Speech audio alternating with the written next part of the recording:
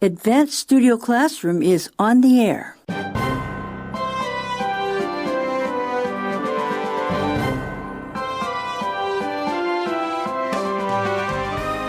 Thanks for joining us in your window on the world today as we continue looking at the health situation by tackling certain things that we have to in our life.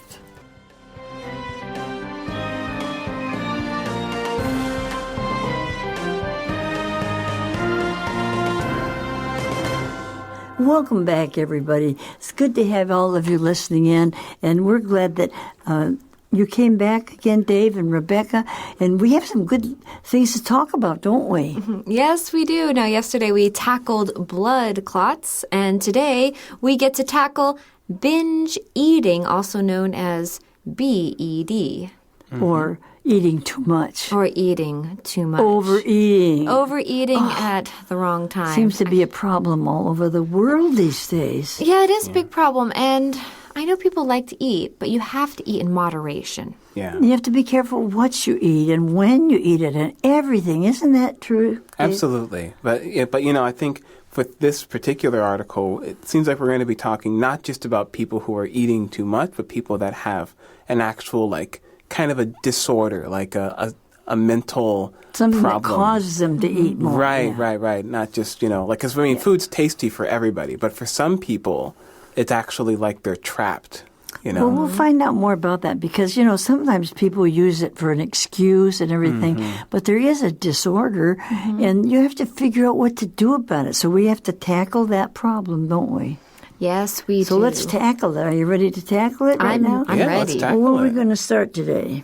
We're going to read this first section, and the title of our article is Center Offers Hope and Help for Binge Eating Disorder. So the center here is not just talking about something in the middle, but it's talking about a place that their specialty or their focus is on people who have this disorder. And we're going to read about how they're given some hope.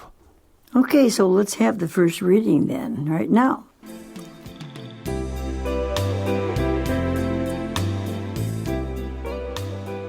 Center offers hope and help for binge eating disorder. Many individuals who struggle with food and weight may be undiagnosed with the mental health illness of binge eating disorder, BED, according to a leading health psychologist. The good news is that BED is highly treatable, says health psychologist Dr. Julie Friedman of Eating Recovery Center. The bad news is that most people have never heard of BED and have no idea how to get treatment, she adds.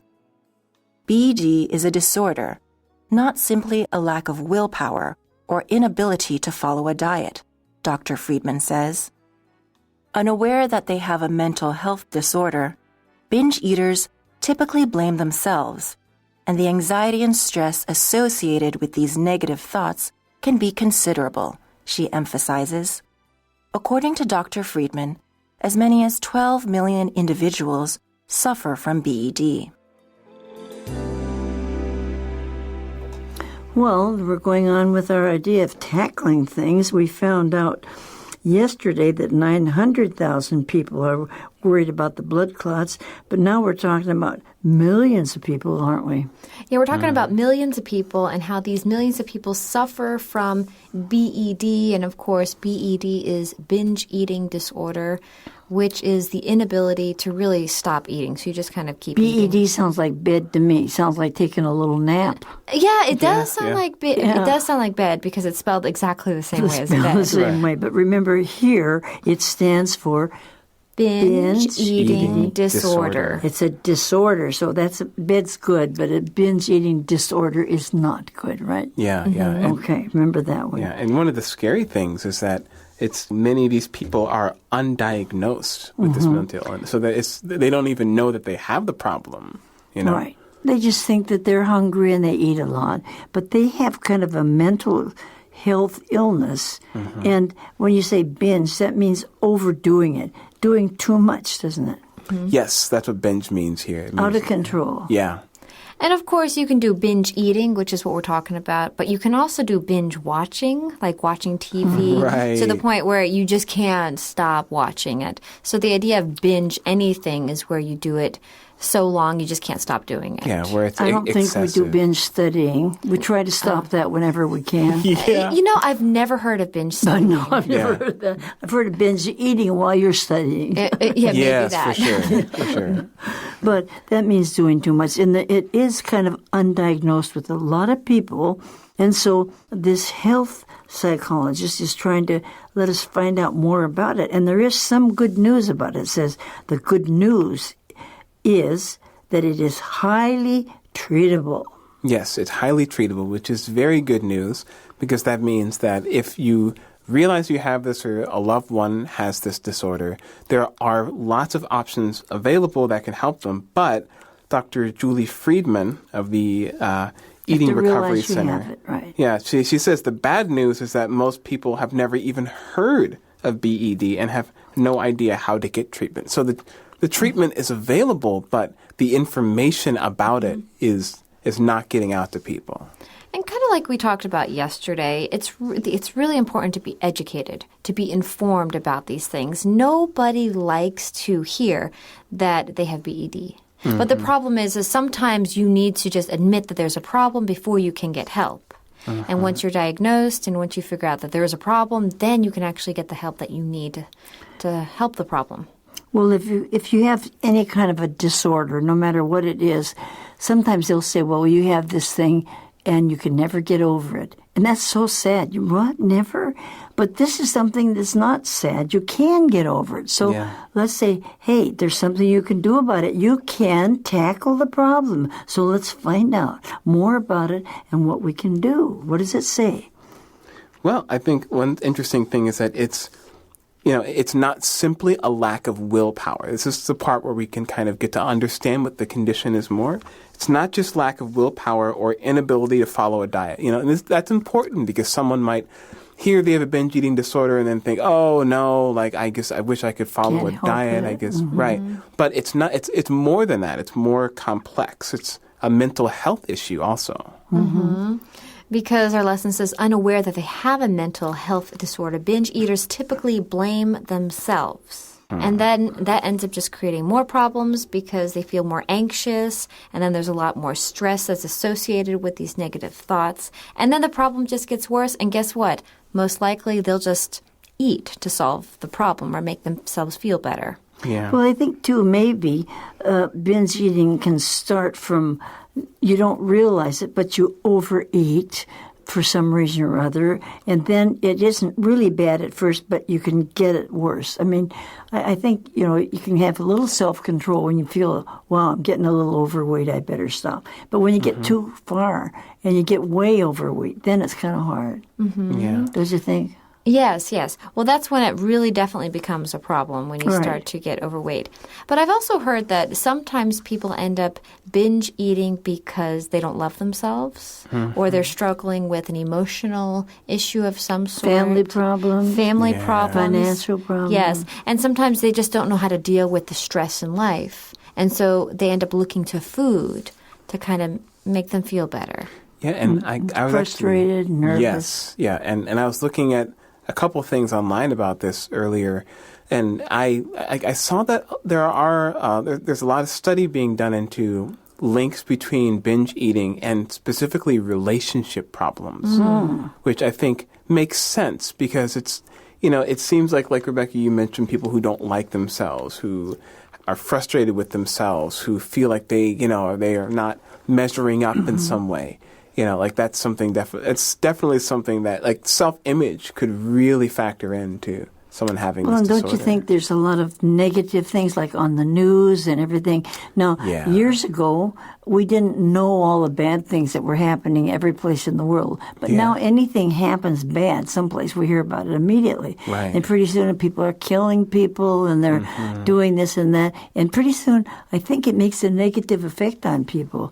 So there's too much information that's bad, and I think that kind of has an effect on people. Don't you think so? Yeah, it does. It does. It's kind of the double-edged sword of being informed. You kind of get discouraged, very easily, yeah.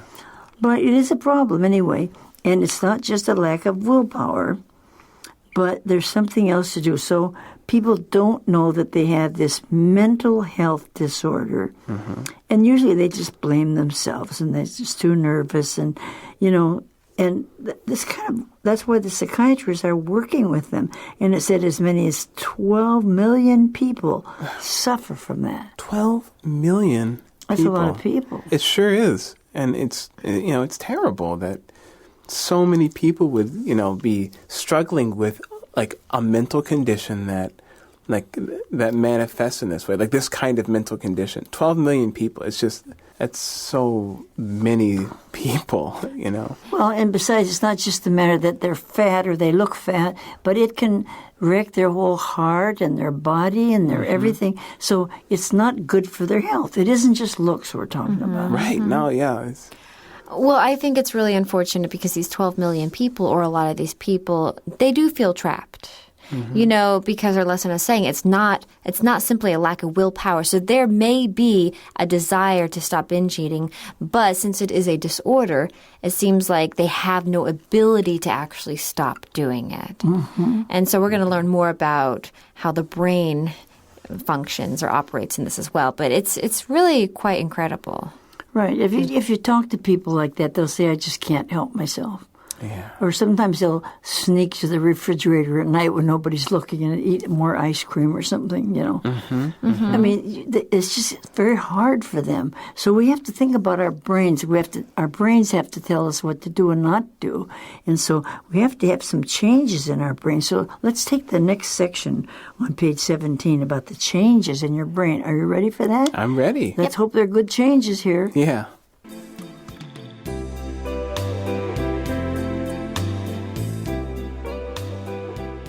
Changes in your brain.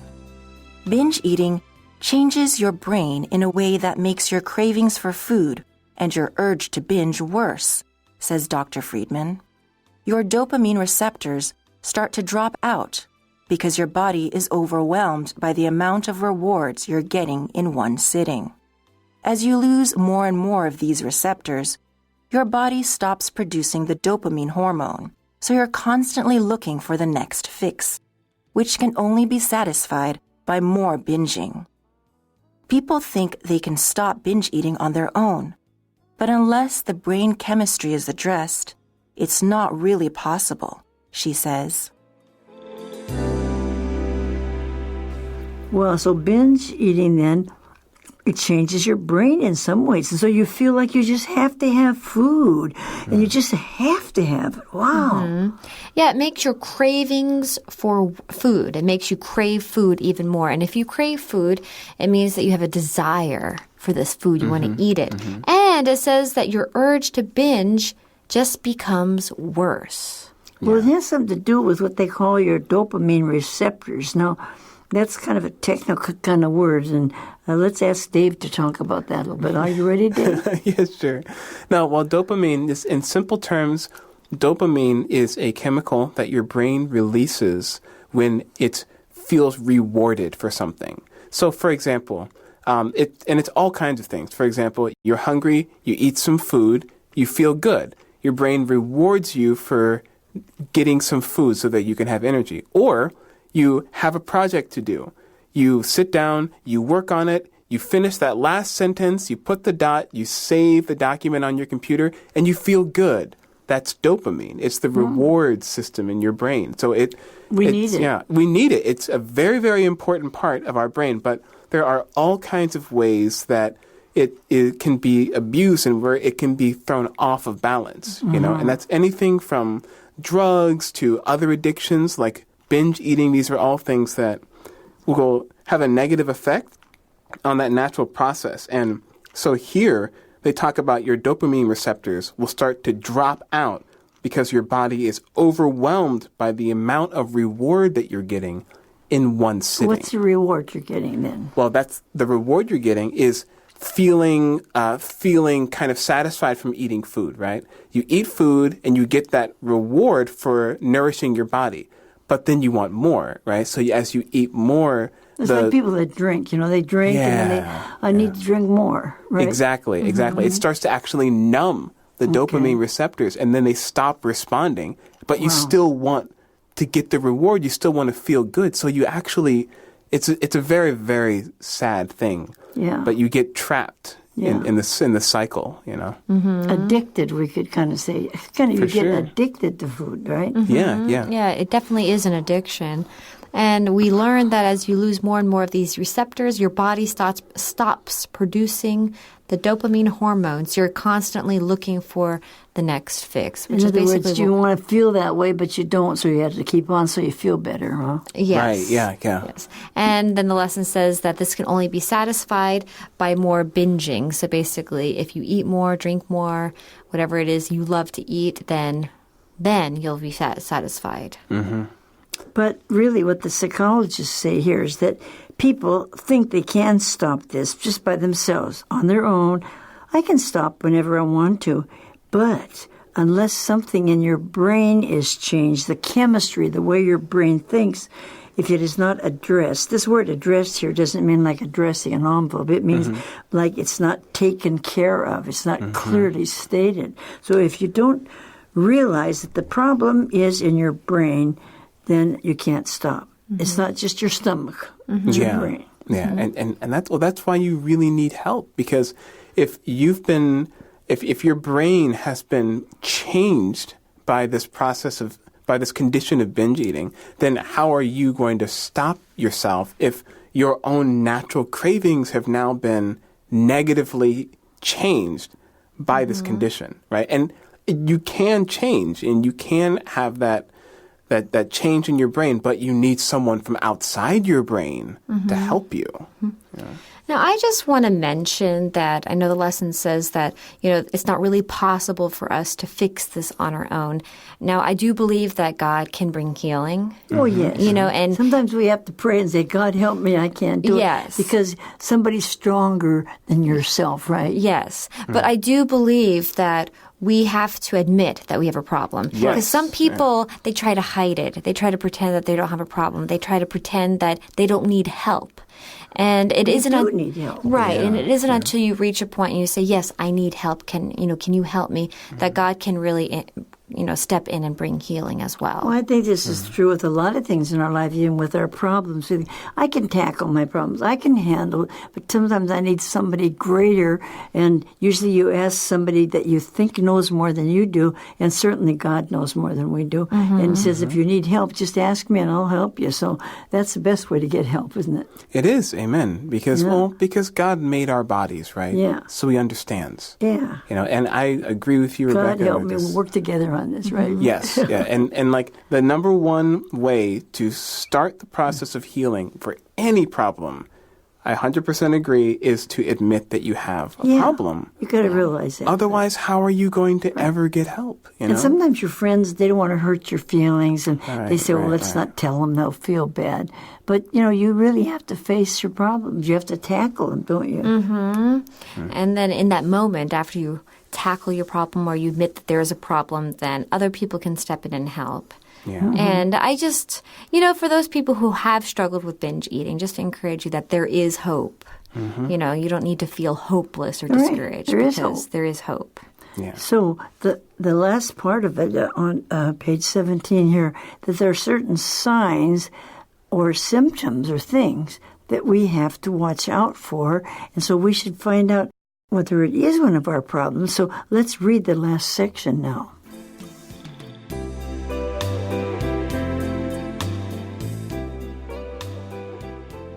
Signs to watch for. Dr. Friedman identifies several signs that indicate that a binge eater needs professional medical treatment, including feeling out of control around food or addicted to food, binge eating at least once a week, eating large amounts before bed or during the night, and feeling guilty and depressed after binge eating. A team of physicians, therapists, and dietitians not only treat the eating behaviors, but also the underlying issues, such as depression, anxiety, traumatic stress, and addictions, such as compulsive shopping, gambling, or gaming, she adds. So there are some things that we can look out for, symptoms that we should have. And this Dr. Friedman, who's really into this, he tells us or identifies certain signs that show that this person probably needs professional help. What are they? Yeah, well, one of them is that if someone feels out of control around food or addicted to food, and this is something where it's like not just, oh, wow, I'm at this restaurant, I'm excited to try this dish or something like that, but they just feel like an unhealthy craving, an unhealthy If you go to some kind of a big buffet and they go back for 3 or 4 plates of food, you can kind of tell they're binging. Exactly. Right? Actually, I would say often, I don't want to say all the time, but oftentimes people who do go to buffets do have a tendency to binge eat. Yeah, that's true. Sometimes when you have all that food in front of you, you just feel like you have to eat as much as you possibly can eat to get your money's worth, which is probably one of the reasons why I typically don't like to go to buffets, because there is that tendency to overeat. Yeah. You don't get your money's worth. Right. Can't overeat or you don't get your money's worth. But, there is a difference between overeating one time and actually being a binge eater. Right. Yes. Yeah. They have a lot of those all-you-can-eat places in the States that are rather inexpensive, And people that like to eat a lot, you'll find that they go to those because, they can just eat and eat and eat instead of just one plate of food. So binge eaters should be careful of those all-you-can-eat places, shouldn't they? Yes, they definitely should. And speaking of what you guys are both saying about kind of how often, you can be exposed to this, they're saying that another sign that someone's out of control, is if they're binge eating at least once a week. So it's like you said, Rebecca, it's not about you overate one time and then you felt sick and you regretted it and you didn't do it again, right? This is people that are like, uh-oh, it's Friday night again. I'm going to go to this buffet and I'm going to binge eat because it was a really hard week, right? So if there's a pattern, that's how you know. Get addicted to it. Yes, yeah. When you have a pattern doing something that is destructive, but you keep doing it, you have a problem. And don't panic. Don't panic. Everybody has something. Sure. It's just about tackle it. Yeah, tackle it. Talk to your friends. Get help. There's hope. And something else I would say to watch out for is, maybe on a regular basis you don't binge eat, but then all of a sudden you have a bad day. So maybe it only happens twice a month, but you have a really bad day, and your first thought is, oh, I'm going to go just eat, and you just eat so much food. And then you don't do it again for another, week, 2 weeks or whatever. And do it again. And then you do it again. And so the reason why I point that out is maybe it doesn't happen every day or every week. But if you're looking to food to solve your problems, that's also a problem. Yes. Yeah, but some people say, well, I can't go to bed without eating, or they'll go and eat it like a donut or a hamburger or something like that. And they always say that's the worst time not to eat, just before you go to bed. Yeah. But binge eaters seem to kind of always want to get something to eat just before they go to bed, don't they? Yeah. And I totally, binge eaters, they'll try to get something just before bed. Someone who's an alcoholic, they'll drink themselves to sleep. I mean, there are certain things that are kind of present in all of these different different habits, all these different disorders. And the other thing that I think is important to point out is the feeling that you have afterward, feeling guilty and depressed after binge eating, right? Like when you have that feeling in your heart, it means that you know that something's wrong, but you're going to do it again. Like you feel like you can't help but to do it again. You think it's going to help. Like people that drink, I got to drink more so I forget it. But then it gets worse, right? Yeah. Right. And just to kind of compare feelings, when you eat a normal meal, after dinner you should feel satisfied. You're like unhappy because that's a normal thing to do. Whereas if you binge eat, you feel guilty and depressed. Right. Yeah. So they're talking about these things, and they say that, sometimes people do other kinds of things like they're compulsive shopping or gambling or whatever it is. These are what they call traumatic stress things. Traumatic means an underlying issues. They have hidden things that every time they're just frustrated, they have to go out and buy something or eat something. So watch out for whatever it is. It could be food, but you could be into doing other things, gambling or drinking or whatever. So you have to be careful that you have have a very healthy lifestyle. Yeah. Isn't that right? Yeah, I mean, I think all of us, and this is something that I would encourage everyone to do, is to look at your life, look at the ways that you deal with pain. How do you deal with pain in your life? You know, is there something that you habitually do? Disappointment or discouragement, any of these kinds of things. You know, how do you cope with these things? You know, like for different people, it's different things. And if it's anything other than something helping, by healthy, I mean, like for me, my relationship with God has to be where I go first. And He can help you. Yeah, and He does. And He does that in many ways, you know, like through many Joy things that in I your love heart. doing. Right. Yeah. But the thing is, it's got to start with going to God, and then then I can enjoy things in life. I can enjoy friendship. I can enjoy good food, you know, but it's that balance, you know. Right. Absolutely. So tackle the problems that you have, and if you don't think that you can do it all by yourself, these counselors can help you. God can help you. The church can help you. Your friends can help you. Just have other people help you. Don't be ashamed. Yeah, don't be ashamed. But remember, it is a disorder. It's something you can't help. Don't blame yourself, but try to get help and get over it, because it can be cured. That's the good news. Yeah, you can be free. You can be free. Well, it's been good to talk about this today, so let's tackle it and do something about it and have a better life ahead. So you all ready to go on that? We're ready. Yes, ma'am. Okay, have a great day, everyone. Okay, All right, bye-bye. goodbye.